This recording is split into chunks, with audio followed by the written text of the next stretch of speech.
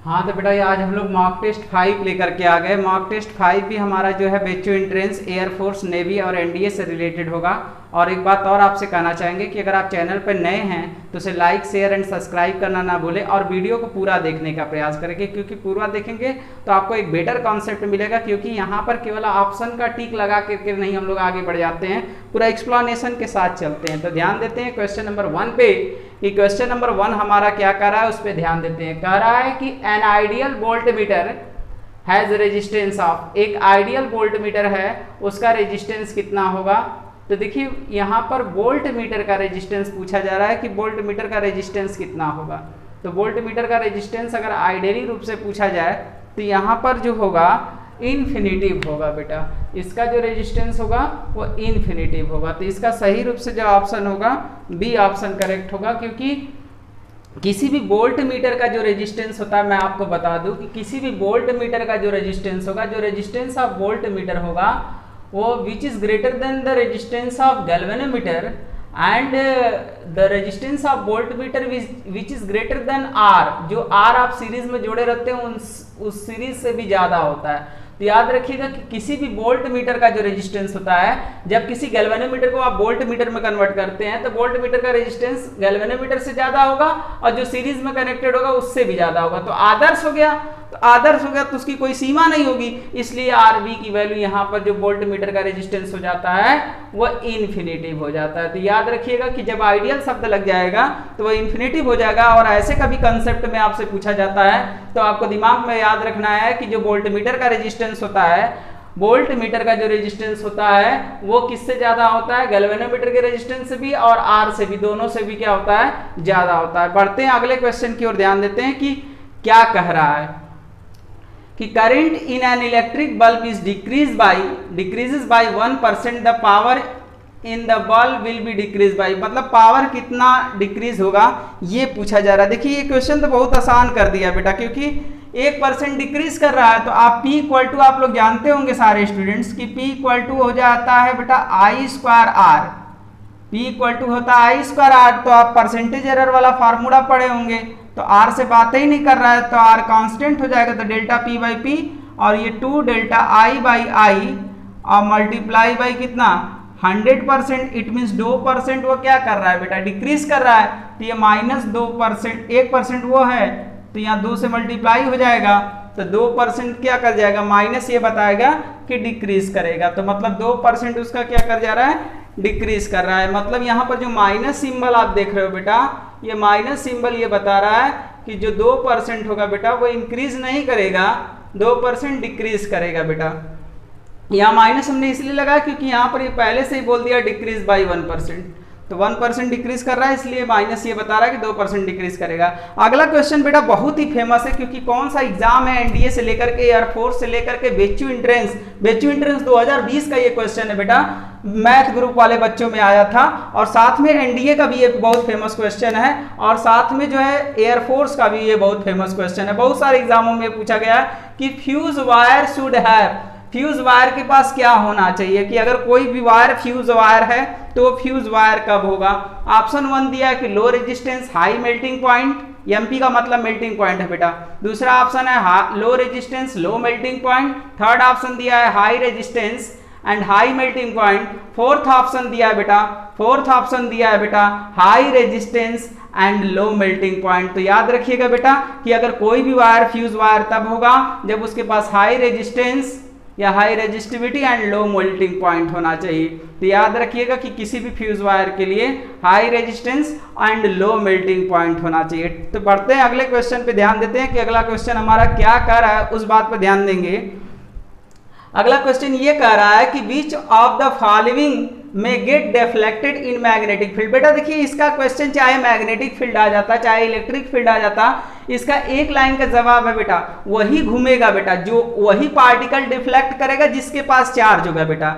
जितने भी electromagnetic waves होंगे वो कभी डिफ्लेक्ट नहीं होंगे। तो एक्सरे भी आपका एक इलेक्ट्रोमैग्नेटिक वेव्स है, गामा भी एक इलेक्ट्रोमैग्नेटिक वेव्स है, और साथ में यूवी रे भी एक इलेक्ट्रोमैग्नेटिक वेव्स है। बस कैथोड रे को ही इलेक्ट्रॉन कहा जाता है, इलेक्ट्रॉन बीम कहा जाता है, क्योंकि कैथोड रे से इलेक्ट्रॉन बीम निकलता है तो इससे एक चार्ज पार्टिकल जनरेट होता है। इसलिए जो डिफ्लेक्ट होगा वो कैथोड रे होगा बेटा। तो इसका जो सही आंसर होगा वो कैथोड रे होगा, क्योंकि जो भी चार्ज पार्टिकल होंगे वही मैग्नेटिक फील्ड और इलेक्ट्रिक फील्ड में डिफ्लेक्ट कर सकते हैं। जो चार्ज पार्टिकल नहीं होगा वो डिफ्लेक्ट नहीं कर सकता। तो ये तीनों इसलिए नहीं डिफ्लेक्ट किए क्योंकि इलेक्ट्रोमैग्नेटिक वेव्स है। तो इलेक्ट्रोमैग्नेटिक वेव्स गामा नेचर की तरह होते हैं और वो सीधे गमन करते हैं, वो कभी भी डिफ्लेक्ट नहीं करते बेटा। बढ़ते हैं अगले क्वेश्चन पे ध्यान देते हैं। क्वेश्चन नंबर जो 5 है बेटा, ये 2020 का बेचू एंट्रेंस का पूछा हुआ क्वेश्चन है कि 1 parsec is equal to 1 parsec किसके बराबर होता है। तो याद रखिएगा कि 1 पारसेक, आपको बता दें कि पारसेक जो है डिस्टेंस की सबसे बिगेस्ट यूनिट है। हमारा लेक्चर आप देख सकते हैं यूनिट एंड मेजरमेंट के नाम से हमने बनाया है। उस लेक्चर में आपने बताया कि डिस्टेंस की बिगेस्ट यूनिट कौन सी हो सकती है, स्मॉलेस्ट यूनिट कौन सी हो सकती है, ये भी यूनिट एंड मेजरमेंट में हमने बनाया। तो याद रखिएगा कि डिस्टेंस की सबसे बिगेस्ट यूनिट जो होती है वो पारसेक होती है और 1 parsec is equal to 3.1 into 10 to the power 16 metre होता है। बढ़ते हैं अगले क्वेश्चन की ओर। अगला क्वेश्चन भी बहुत ज्यादा इंपॉर्टेंट है। अगला क्वेश्चन भी आपका बेचू एंट्रेंस 2020 का पूछा हुआ क्वेश्चन है कि which of the following is the dimensional constant, मतलब which of the following is dimensional constant, मतलब ऐसा कौन सा है जिसके पास जो कि एक कांस्टेंट वैल्यू रखता हो और उसका डायमेंशन भी हो। देखिए पढ़ने का मतलब समझिए क्या कर रहा है कि which of the following is a dimensional constant, मतलब समझ रहे हैं कि जिसका जो कि एक कांस्टेंट वैल्यू है और उसका डायमेंशन भी निकाला जा सके, जो एक कांस्टेंट वैल्यू है और उसका डायमेंशन भी निकाला जा सके। तो रिफ्रैक्टिव इंडेक्स तो देखिए कांस्टेंट वैल्यू दे सकता है लेकिन उसका कोई डायमेंशन नहीं होता। फिर इसके बाद डाइलेक्ट्रिक का भी डायमेंशन नहीं होता, रिलेटिव डेंसिटी का भी डायमेंशन नहीं होता। तो इसका सही ऑप्शन जो होगा ग्रेविटेशनल कांस्टेंट, कैपिटल जी जिसको बोलते हैं gravitational constant. Universal gravitational constant एक कांस्टेंट वैल्यू भी है और साथ में उसका डायमेंशन भी आप निकालते हैं। तो इसका जो है ऑप्शन नंबर डी करेक्ट होगा। बढ़ते हैं क्वेश्चन नंबर 7 की ओर थोड़ी देर के बाद। तो क्वेश्चन नंबर 7 की ओर ध्यान देते हैं। क्वेश्चन नंबर 7 हमारा क्या कर रहा है कि the ratio of coefficient of thermal conductivity of two different material is 5/3 if the thermal resistance of the rod of the same thickness of this material is same. Thickness same दे दिया है बेटा, रेशियो पूछ रहा है length of this rod. तो देखिए जैसे आप रेजिस्टेंस वाला पार्ट जब आप पढ़ते थे उसमें इलेक्ट्रिसिटी में तो R equal to rho l by a करते थे, तो सिमिलरली यहाँ पर भी अप्लाई करना है। तो R इक्वल टू क्या करना है, R इक्वल टू आप फार्मूला जानते होंगे बेटा कि R इक्वल टू के अपॉन सिग्मा यल अपॉन के ए होता है बेटा। जैसे वहाँ पर आप यूज करते थे R equal to rho l by a, तो L upon sigma into a करते थे ना, तो सिग्मा जहां है वहां पर के आ जाएगा बस यहाँ पर। तो इस फार्मूले से अगर हम देखें तो R इज इनवर्सली प्रोपोर्शनल दिख रहा है किसके बेटा, के। R इज इनवर्सली प्रोपोर्शनल किसके दिख रहा है, के। तो के इनवर्सली प्रोपोर्शनल दिख रहा है, तो R1 अपॉन R2 जब आप करेंगे तो वो क्या आ जाएगा, K2 अपॉन K1। तो जब K2 अपॉन K1 हो जाएगा तो K1 बाई K2 कितना दिया है, 5:3 दिया है। तो ये कितना आ जाएगा 3:5। जब उल्टा हो जाएगा तो 3 कितना हो जाएगा बेटा, एरिया सेम है यहाँ पर देखिए थिकनेस दे दिया है बेटा। जब थिकनेस दे दिया इसलिए दोनों का मान क्या हो जाएगा, एरिया सेम हो जाएगा। तो एरिया को भी नहीं लेके चलेंगे तो R जो हो गया इनवर्सली प्रोपोर्शनल टू कंडक्टिविटी हो गया, इसीलिए जो मान दिया उसी को बस पलट दीजिए। तो इसका आंसर हो जाएगा 3:5। बढ़ते हैं अगले क्वेश्चन की ओर, ध्यान देते हैं कि अगला क्वेश्चन हमारा क्या कह रहा है। अगले क्वेश्चन पे हम आते हैं तो कह रहा है कि transformer which convert 220 volt into 11 volt, मतलब स्टेप डाउन ट्रांसफार्मर है। इससे यही पता चल गया कि स्टेप डाउन है, तभी ना वोल्टेज डिक्रीज कर रहा है और करंट क्या कर रही है, इंक्रीज कर रही है। तो इसमें इसकी इफिशियंसी निकालनी है। तो इफिशियंसी का एक ही फार्मूला ही होता है बेटा, आउटपुट अपॉन इनपुट। इफिशियंसी निकालने का एक फार्मूला है output upon input multiply by 100। तो आउटपुट में सब आउटपुट का वोल्टेज होगा, secondary voltage, secondary current, primary voltage, primary current और मल्टीप्लाई बाई 100। तो ये रख दीजिए, सेकेंडरी वोल्टेज आपका कितना है, 11 वोल्ट है। सेकेंडरी वोल्टेज कितना है, 11 वोल्ट है। और इसके बाद सेकेंडरी करंट कितना है, 18 है बेटा। और इसके बाद प्राइमरी वोल्टेज कितना है, 220 वोल्ट है बेटा। प्राइमरी करंट कितना है बेटा 1 एम्पियर है बेटा, मल्टीप्लाई बाई 100। तो अब इसको इससे काट देंगे तो 2 बार में चला जाएगा बेटा, 11 दूना के 22। अब ये एक शून्य से एक शून्य ये कट जाएगा तो ये 180 हो जाएगा और ये आ जाएगा 90%। तो इफिशियंसी इसकी आ गई बेटा 90%। तो मतलब 90% इसकी क्या हो गई, इफिशियंसी हो जाएगी। तो आते हैं, बढ़ते हैं अगले क्वेश्चन की ओर, ध्यान देते हैं कि एक कॉपर वायर को खींचा जा रहा है बेटा, स्ट्रेच किया जा रहा है और खींच करके उसको 0.1% उसका लेंथ बढ़ा दिया जाता है। तो बेटा कहीं पर भी जब वर्ड स्ट्रेचिंग का आता है बेटा, तो याद रखिएगा कि इस कंडीशन में जो हो जाती है, मैं कॉन्सेप्ट दे चुका हूं, वैसे जल्द ही हमारा एक वीडियो आने वाला है करंट इलेक्ट्रिसिटी में, तो इसको कॉन्सेप्ट के साथ बताएंगे। जब कभी भी ये वर्ड लिखा हुआ मिलेगा ड्रॉन या स्ट्रेच करके कहीं कंडीशन होगा, तो R is directly proportional to वहां पर एल स्क्वायर हो जाता है बेटा। तो R is directly proportional to L square हो जाता है। तो यहाँ पर जब आप परसेंटेज निकालेंगे तो 2 पावर पहले चला आएगा, तो delta R by R multiply by 100 बराबर 2 पहले चला आएगा, 2 delta L by L multiply by 100। तो यहाँ पर हो जाएगा 2 और delta L by L into 100 कितना परसेंट दिया, 0.1%। तो 0.1% रख देंगे तो 0 पॉइंट कितना आ जाएगा, 2% आ जाएगा बेटा। इतना परसेंट हमारा क्या कर जाएगा, इंक्रीज कर जाएगा। इतना परसेंट क्या कर जाएगा, इंक्रीज कर जाएगा। तो 0.2% हमारी क्या कर जाएगी, इंक्रीज कर जाएगी। तो इसका 9 का जो होगा ऑप्शन नंबर 1 करेक्ट होगा। तो इस तरीके से हम लोग ये भी देख लिए, ये सब ट्रिकी मेथड बता रहे हैं बेटा, क्योंकि लॉन्ग कट मेथड हो जाएगा तो आप भी देखना पसंद नहीं करेंगे।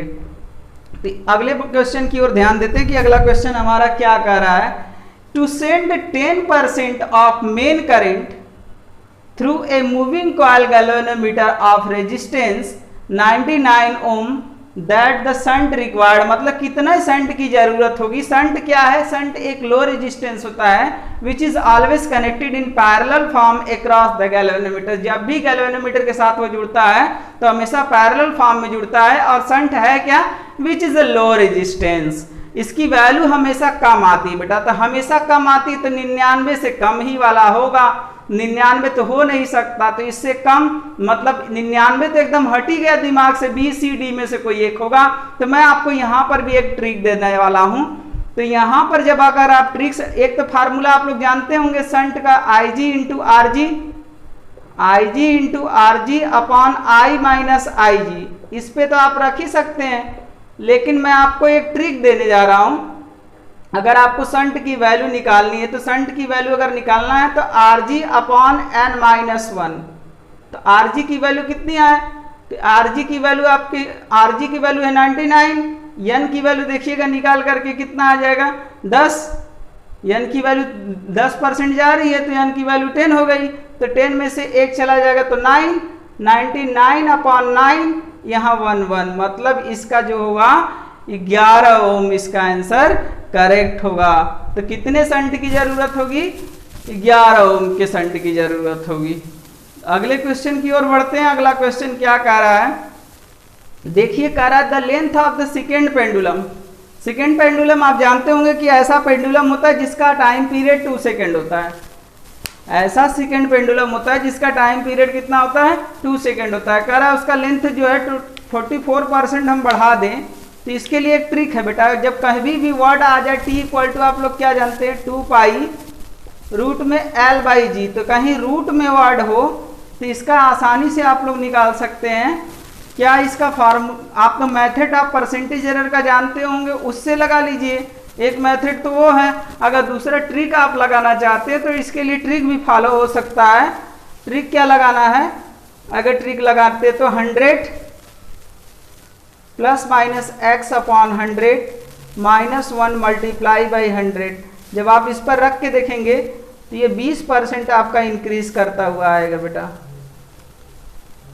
और जनरल मेथड से अगर आप लगाते हैं तो जनरल मेथड से अगर लगाएंगे तो जनरल मेथड तो आप जान ही रहे हैं कितना बढ़ाया जा रहा है, 44% बढ़ा रहे हैं। तो अगर 100 पे 144% बढ़ा देंगे तो 144 हो जाएगा। तो 144 पर रख करके आप निकाल लीजिएगा, इसकी वैल्यू जो आएगा वो 20% आएगा। देखते हैं क्वेश्चन नंबर 12 थोड़ी देर के बाद। क्वेश्चन पे ध्यान देते हैं। करा which is the series lies in the visible region of the spectrum. याद रखिएगा बेटा कि कुल हाइड्रोजन के पांच स्पेक्ट्रम सीरीज थे, लाइमन, बामर, पास्टन, ब्रैकेट, फुंड। तो ये पांचों सीरीज में से याद करने का हम तरीका बता दे रहे हैं कि UV-III ट्रिक है बेटा। मतलब पहली सीरीज अल्ट्रावायलेट की होगी, दूसरा सीरीज विजिबल की होगी, बाकी सब इंफ्रारेड की होगी। तो ये कौन सी सीरीज है? विजिबल रीजन जो है दूसरी सीरीज होगी। तो दूसरी सीरीज कौन सी आती है बेटा? तो दूसरी सीरीज आती है बामर सीरीज। लीजिए बेटा आंसर आ गया तुरंत चुटकी में। फिर से बताएंगे, UV-III मतलब पहली सीरीज अल्ट्रा में, दूसरा विजिबल में, बाकी सब इंफ्रा। करा in PN junction the width of the depletion layer is order of. तो पीएन जंक्शन में जो विड्थ बनता है इमोबाइल आयंस के कारण, उसका विड्थ कितना होता है? तो 1 माइक्रोन के बराबर होता है, मतलब 10⁻⁻6 मीटर के बराबर होता है। Ionising power of alpha beta gamma are in the ratio, मतलब किस रेशियो में होते हैं? तो अल्फा का आयनाइजेशन सबसे ज्यादा होता है, फिर बीटा का होता है सबसे कम आयनाइजेशन जो रखता है वो गामा रखता है बेटा। सबसे कम आयनाइजेशन जो रखता है वो कौन रखता है? गामा। गामा आयनाइज नहीं होगा। अल्फा पर कितने पावर होते हैं? दो आयंस रिलीज कर सकता है। बीटा एक इलेक्ट्रॉन होता है तो एक आयंस रिलीज कर सकता है। गामा कुछ नहीं होता है। तो अगर इसका रेशियो बनाना चाहे तो बी ऑप्शन का बनेगा बेटा। इट मीन्स इसका आंसर जो होगा वो बी ऑप्शन करेक्ट होगा। अब देखिए इसमें दूसरा, यहाँ पर लोग घबरा जाते हैं। पेनिट्रेटिंग पावर कुछ लड़के समझ लेंगे और वहाँ पर यही जुन गलत कर देंगे। पेनिट्रेटिंग पावर नहीं है यहाँ पर, आयनाइजिंग पावर बोल रहा है। तो आयनाइजिंग का मतलब जो उस पर आयंस होते हैं, सबसे ज़्यादा अल्फे पर होती है, फिर बीटा पर, गामा पर कुछ नहीं होता। तो ऑर्डर मिलाना होगा तो बी ऑप्शन मिलाएंगे। इस तरीके से बैठ रहा है। अगला चलते हैं, विच of the following process in entropic process. देखिए एंट्रोपिक प्रोसेस को अगर कोई दिखाता है तो वो केवल और केवल एडियाबेटिक दिखाती है और कोई नहीं दिखाता बेटा। तो याद रखिएगा कि एंट्रोपी में अगर बात करें तो एंट्रोपी में केवल और केवल अगर कोई दिखाता है तो एडियाबेटिक दिखाता है। फिर अगले क्वेश्चन पे बढ़ते हैं। तो girl is sitting on A swing stand up. जब स्टैंड अप होगी तब क्या होगा? तो जब स्टैंड अप करेगी तो आप लोग पता होगा कि T = 2π√L/g होता है। तो जब स्टैंड अप करेगी तो उसका सस्पेंडेड पॉइंट से सेंटर ऑफ ग्रेविटी ऊपर चला जाएगा। तो लेंथ, जब वो स्टैंड अप करेगी तो लेंथ ऊपर चला जाएगा। तो लेंथ जब रिड्यूस कर जाएगा तो इट मीन्स जब लेंथ रिड्यूस कर जाएगा तो उसका टाइम पीरियड भी क्या कर जाएगा? रिड्यूस कर जाएगा। तो अर्थात इसका टाइम पीरियड बढ़ेगा नहीं, इसका टाइम पीरियड क्या हो जाएगा? घट जाएगा बेटा। तो इसका ऑप्शन नंबर जो होगा बी होगा। अब हम आज ही वीडियो को इसी जगह यहाँ पर इसको विराम देंगे और अगला वीडियो हमारा बहुत जल्दी ही आएगा। और एक बात आपसे कहना था कि अगर वीडियो अच्छा लगता है तो उसे लाइक, शेयर एंड सब्सक्राइब करना नहीं भूलना है आपको।